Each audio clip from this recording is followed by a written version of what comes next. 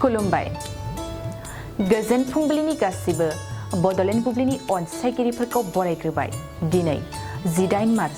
सनिबारनि फानजामुथिखौ फरायथिनो लादों हिलिखां ब्रह्मआ फानजामुथिनि गिबियाव दं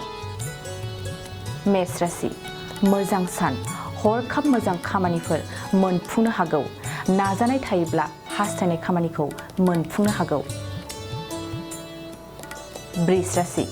न'खराव दावराव दावसि जागोन दावराव दावसिजों जेंनाया बांसिनगोन दुखुजों समखौ बारहोनो गोनां जागोन मिथुन राशि नोंथांनि थाखाय गाज्रि सान गारि मटर सालायनायफ्राव हरखाब सौदावनो हागौ दावबायनायनि सिगां सानग्रोनाया नोंथांनि साबसिन कर्कट राशि न'खरनि भाई भागिनि थाखाय मोजांसिन सम न'खराव गोरोबलायनानै खौसेथिया बांसिन जागोन खामानिफोरखौ जयै मावगोन सिंह राशि न'खराव गोथार सम फिसाज्लानि थाखाय मोजां खामानि फैगोन गोथार सानाव नोंथाङा सोरनोबा अनथोब होनो सानगोन कन्या राशि गोसोआव मानोबा हरखाब गिनाय जागोन गोसोनि गिनाय मेवनायजों जेबो खामानि मावनो हानाय नङा गोसोखौ गाज्रिसिन मोनगोन तुला राशि दावबायनायनि फारसे मोजां सम नङा गुबुन जायगायाव दावबायनायनि सिगां गोबां सानग्रो गुबुनखौ फोथायनो गोब्राब मोनगोन वृश्चिक राशि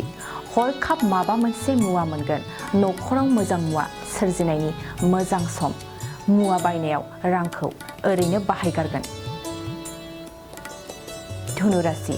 हानि हरखाब माबा मोनसे गोमाजागोन गावनि मुवा बेसाद गोमानायखौ मिथिस्लाबनाय नङा न'खरनि फारसे सांग्रां जानाया मोजां मकर राशि बेफार फालांगियाव मोजांसिन जायखिजाया मुवा बेसादफोरखौ फालांगियावनो रां मुलाम्फा जागोन न'खरनि आंखाल सुफुंगोन कुम्भ राशि मानोबा दुखु जागोन थांखांनाय समखौ गोसोखांफिनगोन दुखुजों बायदिसिना सानफ्लांगोन गोसोखौ हारसिं मोनगोन मीन राशि बिब'नि मोजां खामानियाव हाजासे रंजागोन गावनि बिब'नि सुखुआव गोजोननाय लागोन न'खराव बिब' बिनानाव अनलायगोन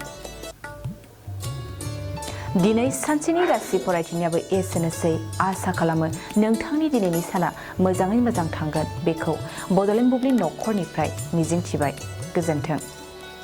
बाइक सालायनो मोजां मोनग्राफोरनि थाखाय गोजोनथाव खौरां मार्च दाननि 22-23 आरो 24 अक्ट' सानथामनि थाखाय दावहारु अट' एजेन्सिया नोंथांनो लाबोगासिनो मेगालन काम एक्सचेन्ज मेला बे मेगालन काम एक्सचेन्ज मेलाखौ क'क्राझार बड'लेण्ड गेस्ट हाउसनि साखाथियावनो खुंफुंगोन